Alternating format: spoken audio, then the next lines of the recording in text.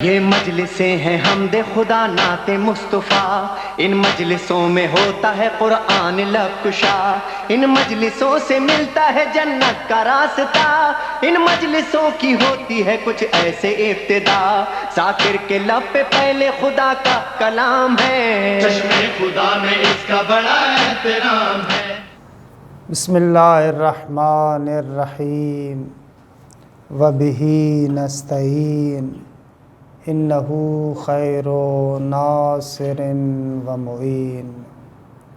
الحمد للہ رب العالمین بارئ الخلائق اجمعین، ثم الصلاۃ والسلام علی سیدنا و نبینا و طبیب قلوبنا و مولانا و مولا الثقلین جد الحسن والحسین ابی القاسم محمد و اہل بیتہ الطیبین الطاہرین المعصومین الذین اذھب اللہ عنہم الرجس وطہرہم تطہیرا، ولعنۃ اللہ علی اعدائہم اجمعین من الآن الی قیام یوم الدین۔ اما بعد فقد قال مولانا ابو عبداللہ الحسین علیہ السلام انی لم اخرج اشرا ولا بطرا ولا مفسدا ولا ظالما وانما خرجت لطلب الاصلاح فی امت جدی واريد ان آمر بالمعروف وانہی عن المنکر واسیر بسیرت جدی و ابی علی ابن ابی طالب۔ پروردگار عالم آپ تمام عزیزان کی توفیقات خیر میں اضافہ فرمائے، اور آپ کو اور ہمیں مولا امام حسین علیہ السلام کے حقیقی عزاداروں میں شمار ہونے کی توفیق عنایت فرمائے۔ الحمدللہ ہماری گفتگو اس عشرہ محرم میں شناخت عاشوراء کے عنوان سے تھی۔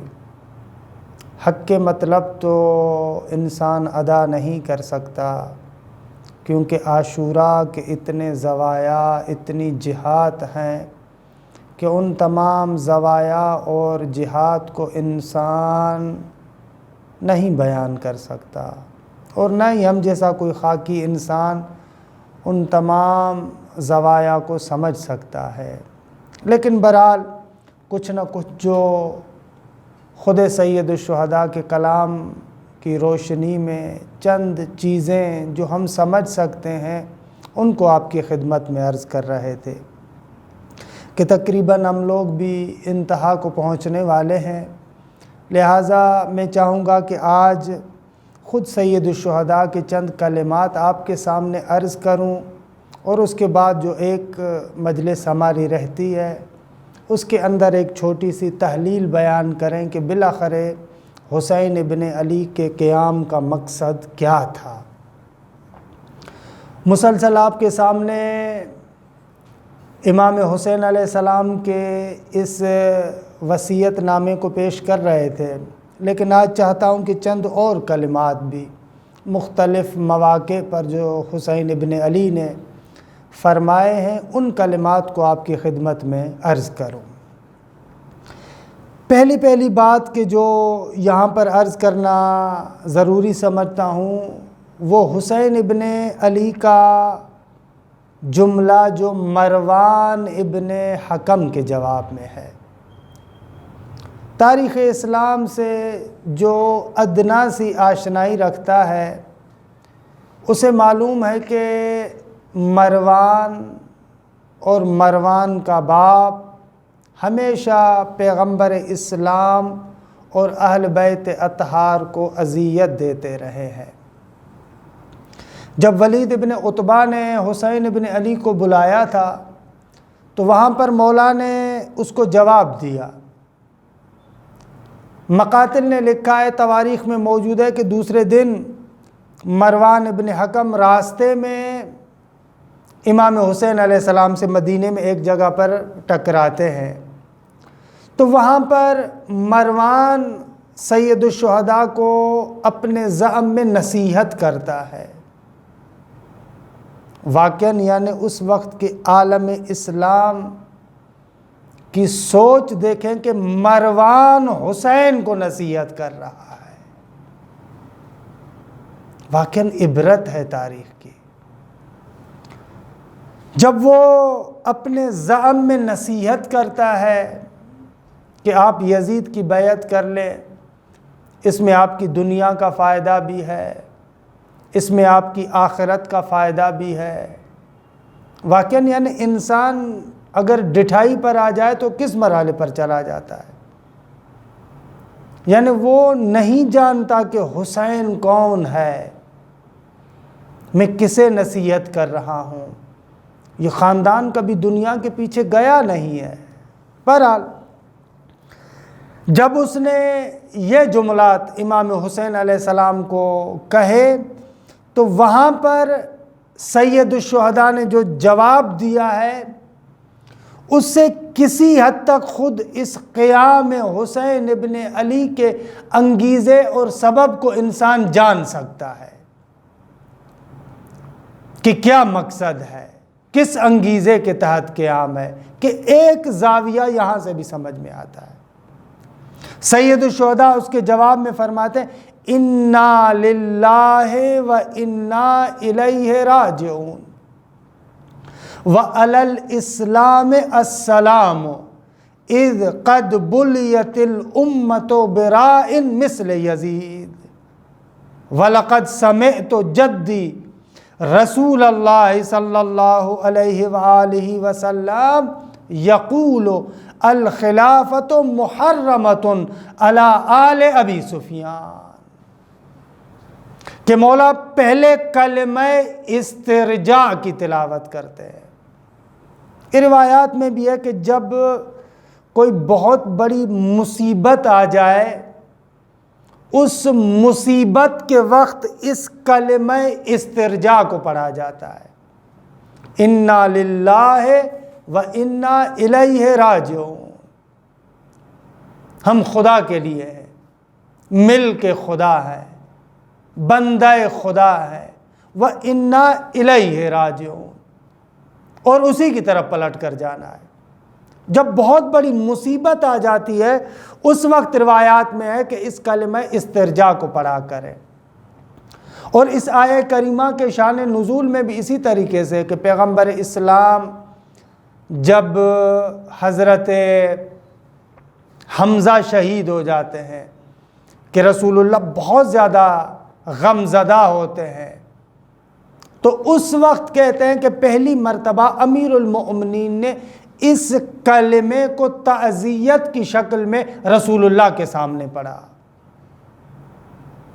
بہرحال روایت کا سہارا لیتے ہوئے یہ جملہ عرض کروں گا کہ وہ جملہ اتنا خوبصورت تھا کہ خداوند متعال نے اس کلمے کو قرآن مجید کی آیت کی زینت قرار دیا، کہ یہ تفاسیر روائیہ اہل بیت میں وارد ہوا ہے۔ بہرحال یہ کلمہ ایسا ہے کہ جب آپ کو مصیبت آ جائے، بہت زیادہ مصیبت آ جائے، وہاں پر اس جملے کو کہا جاتا ہے کہ قرآن میں وَبَشِّرِ الصَّابِرِينَ الَّذِينَ إِذَا أَصَابَتْهُمْ مُصِيبَةٌ قَالُوا إِنَّا لِلَّهِ وَإِنَّا إِلَيْهِ رَاجِعُونَ، جیسے ہی اس نے کہا نا آپ یزید کی بیعت کر لیں تو سید الشہداء نے اس کلمہ استرجاع کی تلاوت کی، یعنی گویا کہ حسین ابن علی بیان کرنا چاہتے ہیں کہ عالم اسلام کے لیے سب سے بڑی مصیبت یہ ہے کہ انسان یہ سنے کہ مسلمانوں کا خلیفہ یزید جیسا بندہ بنے۔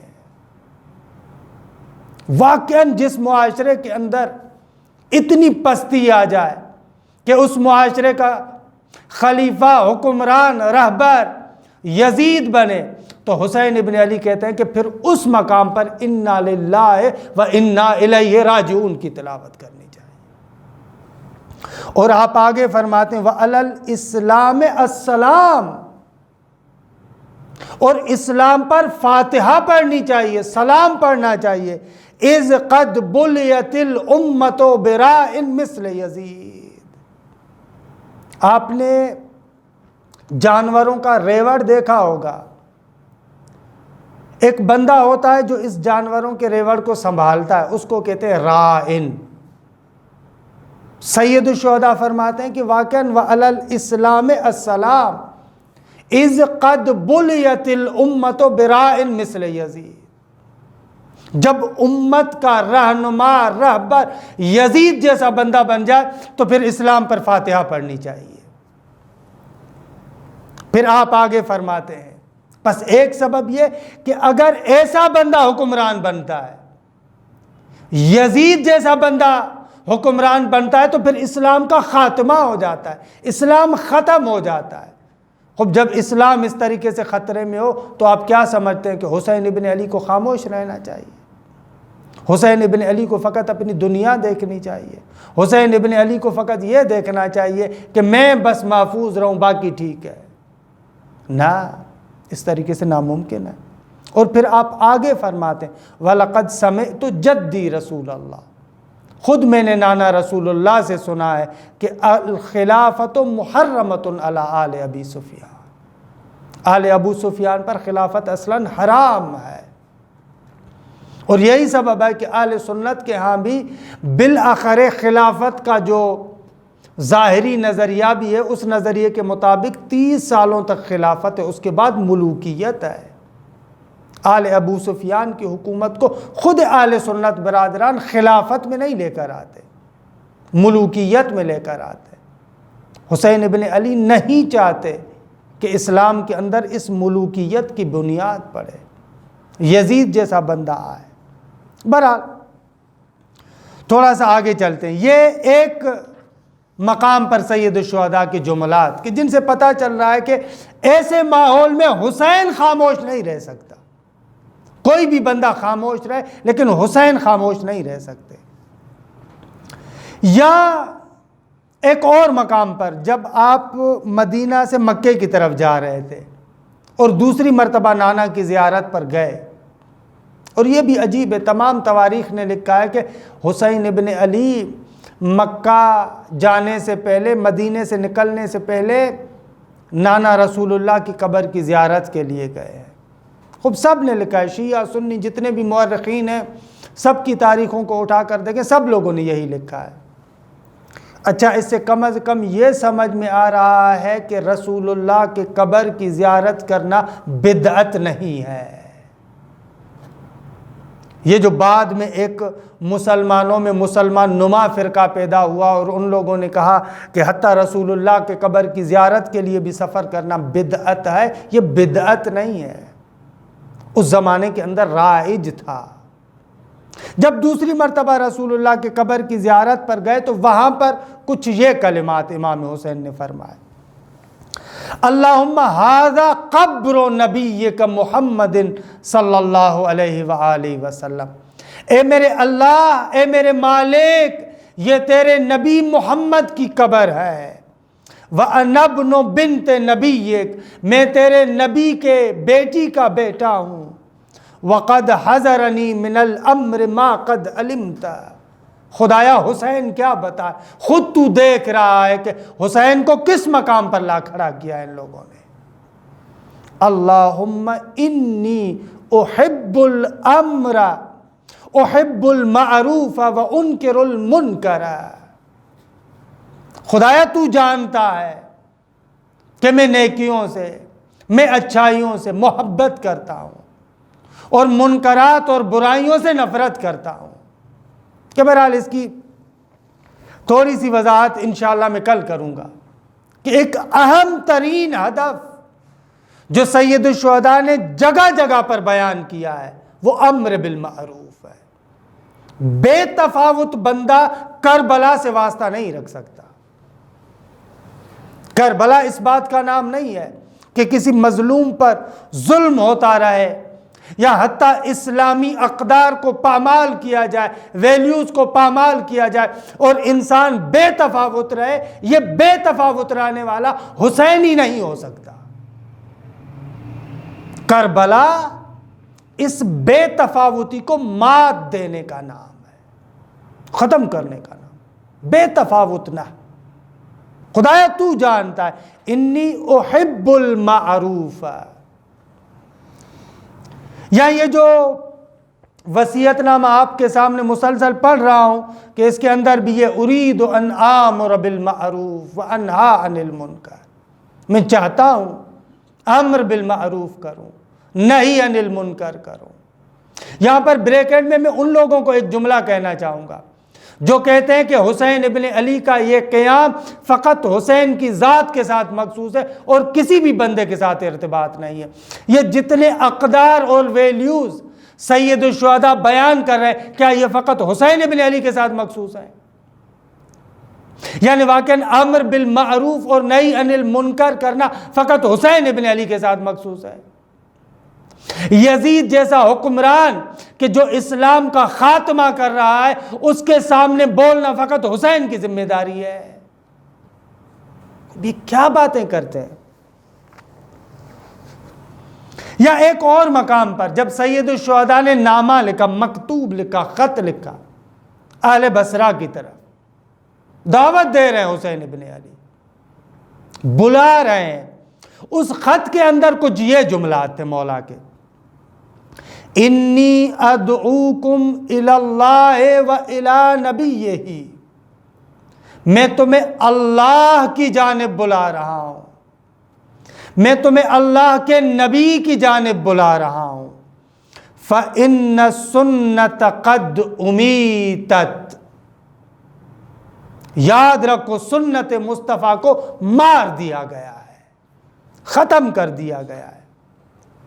فَإِن تُجِيبُوا دَعْوَتِي، اگر تم لوگ میری دعوت کی اجابت کرو گے، وَتُطِيعُوا أَمْرِي، اور میرے امر کی اطاعت کرو گے، أَهْدِكُمْ سَبِيلَ الرَّشَادِ، تو ہدایت کے راستے پر میں تم لوگوں کی ہدایت کروں گا۔ جواب دو تم، اور واقعاً اسی کے اندر وہ حقیقی حیات بھی پوشیدہ ہے، اور یہی ہے حسین ابن علی اسی چیز کی طرف بلا رہے ہیں۔ لوگ ظاہری طور پر ان فروعات دینی کے اندر گم ہیں، لیکن حسین ابن علی کہتے ہیں کہ نہ، ان فروعات کی اہمیت اس وقت ہے جب حسین کے مسیر سے آؤ۔ نماز اسی وقت نماز ہے، حج اسی وقت حج ہے، زکوٰۃ اسی وقت زکوٰۃ ہے جب اس انسان کامل کی وادی سے وارد ہو۔ اگر انسان کامل کی وادی سے وارد نہیں ہوتے تو نہ اس حج کا فائدہ ہے، اور شاید عین حج کے موقع پر رات کو حج شروع ہونے والا ہے، حسین ابن علی اسی دن کو نکل رہے ہیں۔ خوب ساری دنیا کعبۃ اللہ کی طرف جا رہی ہے، حسین کعبۃ اللہ سے نکل رہے ہیں۔ یہ کیا ہے؟ کسی اہل معرفت کا بہت ہی خوبصورت جملہ ہے۔ اس وقت جو لوگ جوک در جوک کعبۃ اللہ کی زیارت کے لیے جا رہے تھے، حج کی طرف جا رہے تھے، یہ بزرگوار ان کے ساتھ خطاب کر کے کہتا ہے کہ کہاں جا رہے ہو؟ روح کعبہ تو مکہ سے نکل کے جا رہا ہے، کون سا حج کرنے جا رہے ہو؟ روح کعبہ جا رہا ہے۔ بہرحال یہ اہل بصرہ کو جب بلایا مولا نے، اور اسی طریقے سے جب مولا خود کربلا کے اندر وارد ہوئے، جیسے ہی کربلا کے اندر وارد ہوئے وہاں پر بھی حسین ابن علی نے خطاب کیا۔ اس خطاب کے اندر مولا فرماتے اِنَّهُ قَدْ نَزَلَ مِنَ الْأَمْرِ مَا قَدْ تَرَوْنَ، سب لوگوں کو سامنے بٹھا کر مولا کہتے ہیں کہ دیکھ رہے ہو کہ حالات کیسے بن چکے ہیں۔ وَأَنَّ الدُّنْيَا تَغَيَّرَتْ وَتَنَكَّرَتْ، دنیا تبدیل ہو چکی ہے، وَتَنَكَّرَتْ، اپنی تمام برائیوں کو دنیا نے ظاہر کیا ہے، وَأَدْبَرَ مَعْرُوفَهَا، اچھائیوں کو پوش دے دی ہے دنیا نے، اچھائیوں سے منہ پھیر لیا ہے، وَلَمْ يَبْقَ مِنْهَا إِلَّا صُبَابَةٌ كَصُبَابَةِ الْإِنَاءِ، دنیا میں سے کیا بچا ہے؟ جب انسان پانی پیتا ہے اس ظرف کے اندر جو بالکل آخر میں ایک ذرہ سا بچ جاتا ہے اس کو کہتے ہیں صبابہ، دنیا اس کی طرح ہے، صبابہ کی طرح ہے۔ مولا فرماتے الا ترون الی الحق لا یعمل بہ، مگر نہیں دیکھتے ہو حق پر عمل نہیں ہو رہا۔ خوب حق کا بہترین مصداق خود حسین ابن علی ہے، یہ الحق مع علی والعلی مع الحق فقط امیر المومنین کے ساتھ نہیں ہے، اسی طریقے سے امام حسن کے ساتھ ہے، اسی طریقے سے حسین ابن علی کے ساتھ ہے۔ الا ترون الی الحق لا یعمل بہ وَإِلَى الْبَاطِلِ لَا يُتَنَاهَى عَنْهُ، لوگ باطل سے نہیں کتراتے۔ ایسا جب عالم ہو جائے تو مومن کے لیے کیا ہے؟ لِيَرْغَبِ الْمُؤْمِنُ فِي لِقَاءِ رَبِّهِ حَقًّا، اب ایسی دنیا رہنے کے قابل نہیں ہے جس دنیا میں حق پر عمل نہ ہوتا ہو۔ ایسے موقع پر انسان کو اپنے پروردگار کی ملاقات کی رغبت پیدا کرنی چاہیے۔ فَإِنِّي لَا أَرَى الْمَوْتَ إِلَّا سَعَادَةً وَالْحَيَاةَ مَعَ الظَّالِمِينَ إِلَّا بَرَمًا، یہ حسین ابن علی کے وہ جملات ہیں جو مسلمانوں کے ساتھ مخصوص نہیں، شیعہ کے ساتھ مخصوص نہیں۔ جس بندے کے اندر انسانیت ہے، ضمیر نامی چیز ہے، اس بندے کے لیے حسین پیغام دے رہے ہیں کہ ظالم کے ساتھ، ذلت کے ساتھ زندگی گزارنے سے بہتر ہے کہ انسان موت کو قبول کرے۔ یہ موت سعادت ہے۔ یا اس کے علاوہ جب تیرے ماہ ابن حکم سید الشہداء سے راستے میں ملاقات کرتے ہیں، یہ سارے لوگ جو جوک در جوک امام حسین کے پاس آتے تھے مولا کو نصیحت کرتے، اذکرک فی نفسک، میں آپ کو تذکر دیتا ہوں اپنی جان کے بارے میں، اپنی جان کا خیال کریں۔ اور یہ بندہ کیا جملہ کہتا ہے؟ لا یغرنک اہل الکوفہ، ایسا نہ ہو کہ کہیں اہل کوفہ آپ کو دھوکہ نہ دیں، فریب نہ دیں۔ فَوَاللَّهِ لَئِن دَخَلْتَهَا لَتُقْتَلَنَّ وَإِنِّي لَأَخَافُ أَن لَا تَصِلَ إِلَيْهَا، مجھے خدا کی قسم اگر آپ کوفے کی طرف گئے تو وہ یقیناً آپ کو قتل کریں گے۔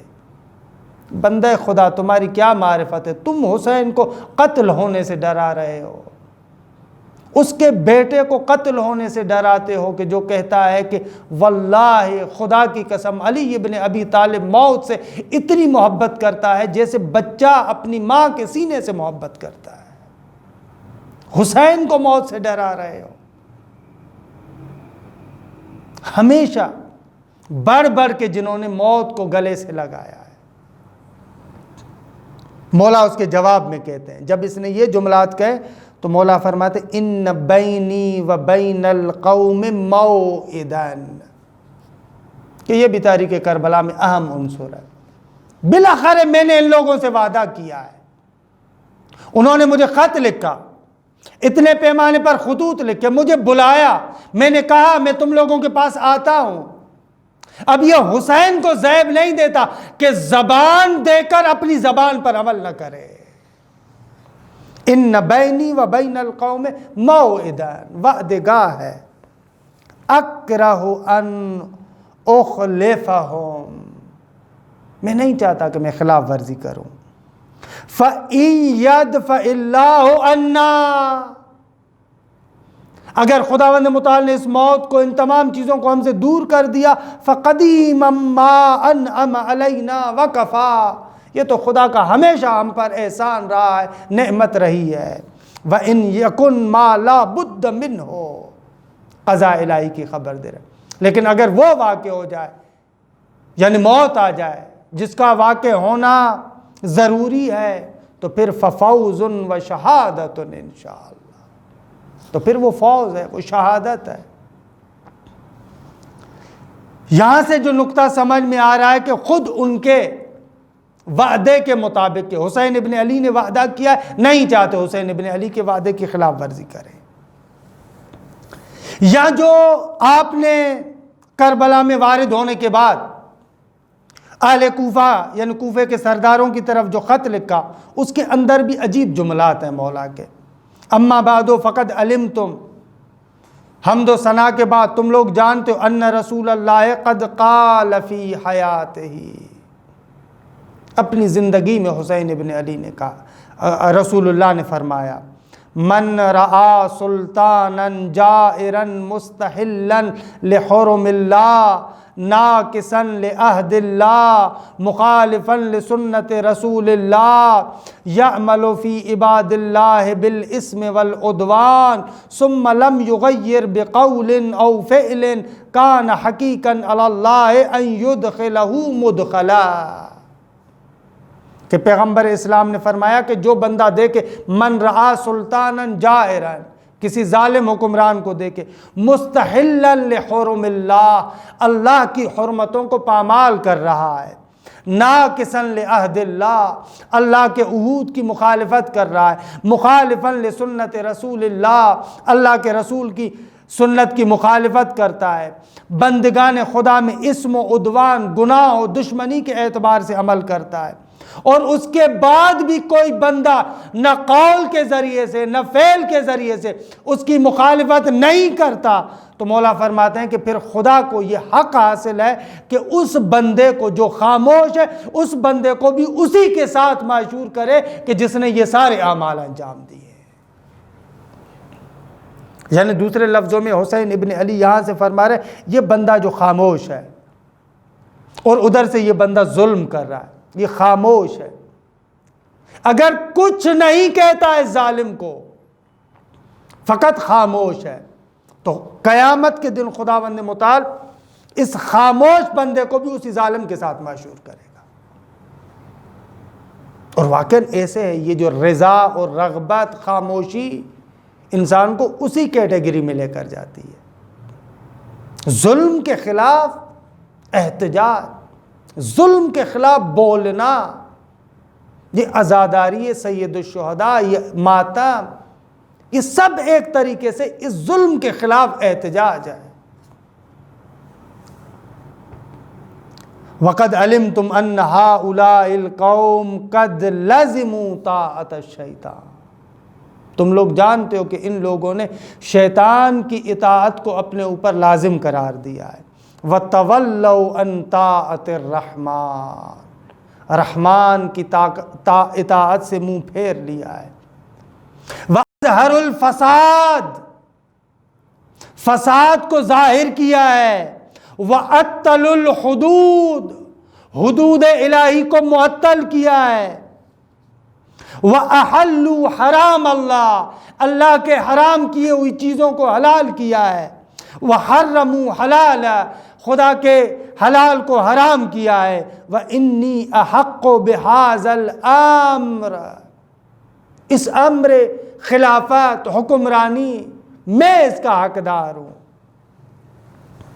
اب یہاں سے بہت سارے حقائق روشن ہو رہے ہیں کہ ان اجتماعی امور میں بھی حسین ابن علی خاموش نہیں رہتے۔ بہرحال یہ اسی طریقے کے اور بہت سارے کلمات کہ جو حسین ابن علی نے اپنی اس پوری تحریک کے اندر بیان کی ہے، ان تمام کلمات، خطوط، خطبات، ان سے پتہ چلتا ہے کہ حسین ابن علی اس زمانے کے اندر قیام کرتے ہیں۔ کیوں؟ اس لیے کہ دین خدا کو بچانا ہے. دین خدا معطل ہو رہا ہے. یہ وقت بھی گزر گیا. یہاں پر ایسے حالات میں تاروز قیامت حسین ابن علی ایک مکتب کی بنیاد رکھ رہے کہ حق پرست انسان کبھی بھی ایسے حالات میں خاموش نہیں رہتا. کسی نہ کسی طریقے سے اپنے تنفر کو ظاہر کرے گا. اب یہ ہے کربلا، یہ ہے عاشورہ، یہ ہے مکتب کربلا. اس زمانے سے لے کر تا روز قیامت پوری انسانیت کے لیے ایک نمونۂ عمل ہے کربلا.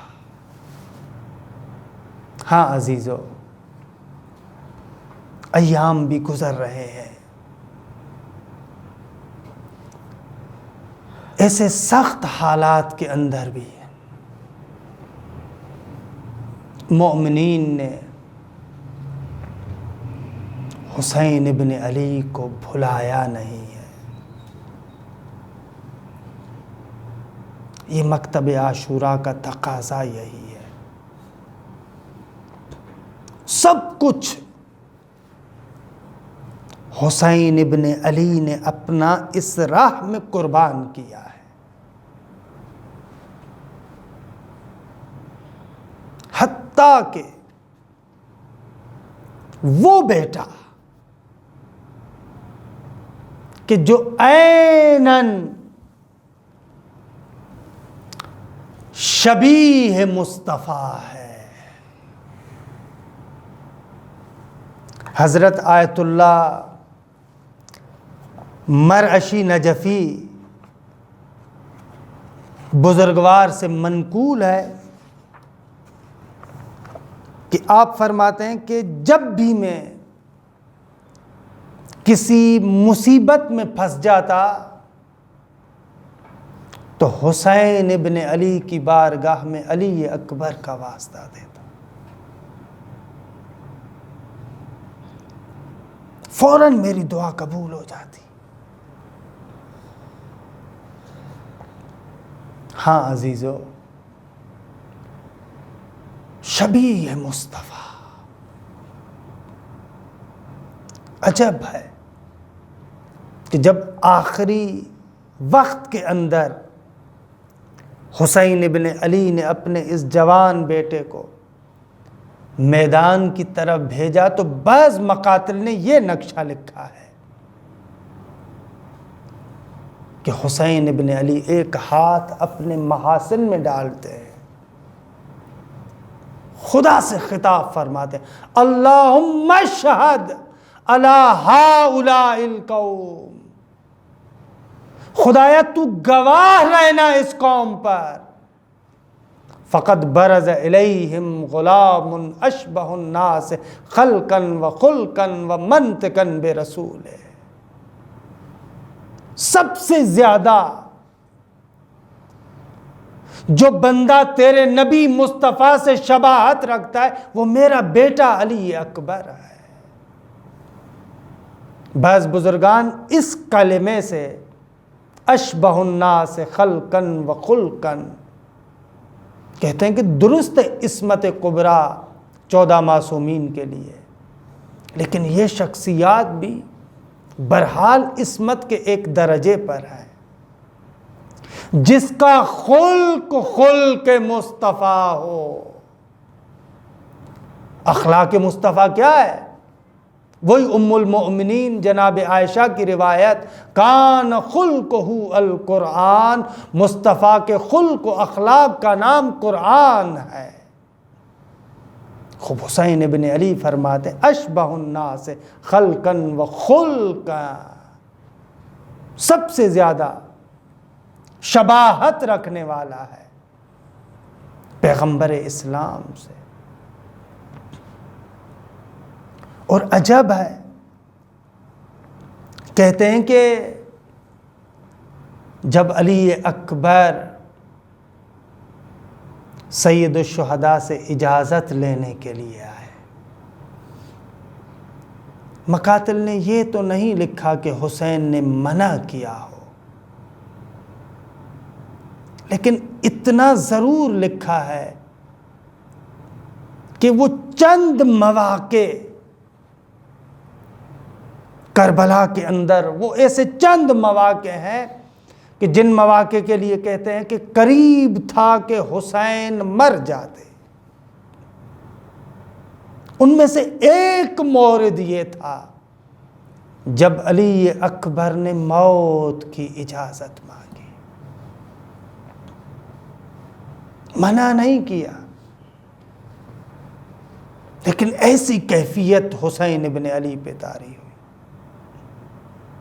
مقاتل نے لکھا کہ سید الشہداء نے کہا، علی اکبر اگر جانا چاہتے ہو تو جاؤ خیام میں، خدا حافظی کر کے آؤ، وداع کر کے آؤ۔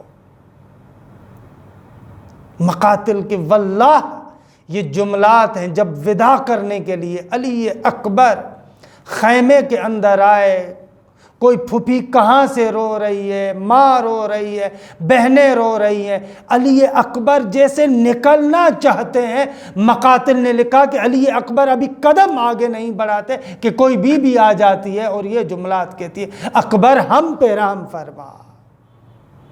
باہر نکلنا چاہتے ہیں، پھر کوئی بی بی پکڑ لیتی ہے، باہر نکلنا چاہتے ہیں، پھر کوئی شہزادی پکڑ لیتی ہے۔ بہرحال کس طریقے سے علی اکبر سے وداع ہوئی، کیسے علی اکبر نے خیام کو چھوڑا، یہ خدا جانتا ہے۔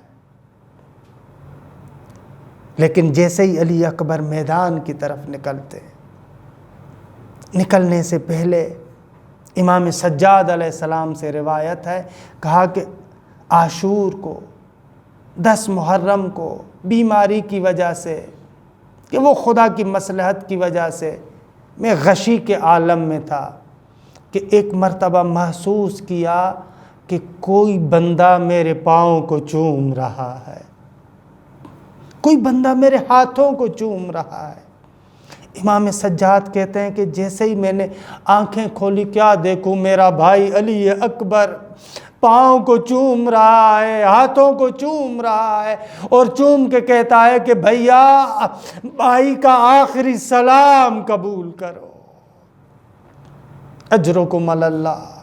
بس عزیزو، اس طریقے سے علی اکبر وداع ہوتے ہیں، نہیں معلوم کیسے وداع ہوئے، لیکن مقاتل نے لکھا کہ جیسے ہی علی اکبر میدان کی طرف جاتے ہیں، حسین ابن علی سے برداشت نہیں ہوتا۔ چند قدم جیسے علی اکبر میدان کی طرف جاتے ہیں، گویا کہ حسین ابن علی علی اکبر کے پیچھے آتے ہیں۔ اکبر میدان کی طرف جاتے ہیں، حسین اکبر کے پیچھے پیچھے آتے ہیں۔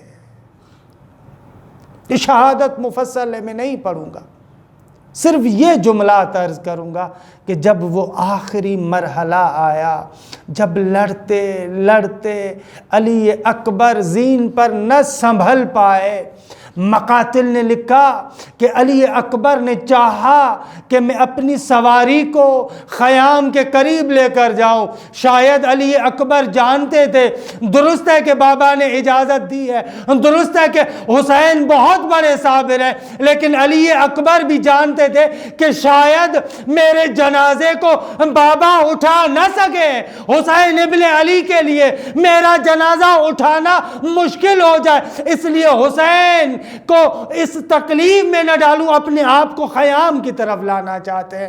لیکن عزیزان من، مقاتل نے لکھا کہ جیسے کہ علی اکبر زین سے زمین پر آ رہے تھے، اپنے دونوں ہاتھوں کو اپنی سواری کے گلے میں ڈالا اور چاہا کہ خیام کی طرف جائے، لیکن گھوڑا خیام کی طرف نہیں گیا، لشکر اعداء کی طرف گیا۔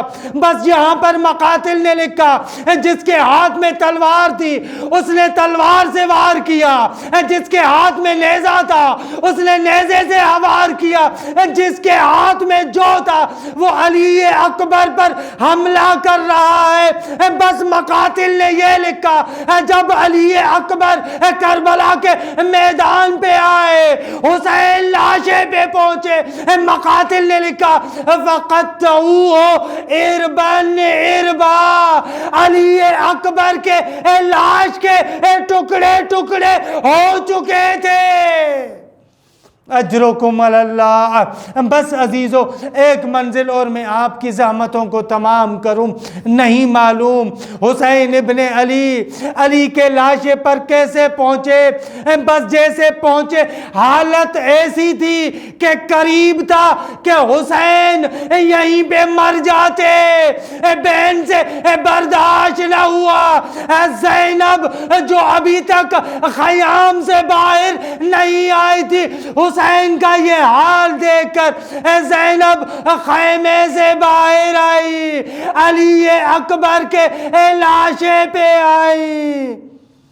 الا لعنت اللہ علی قوم الظالمین۔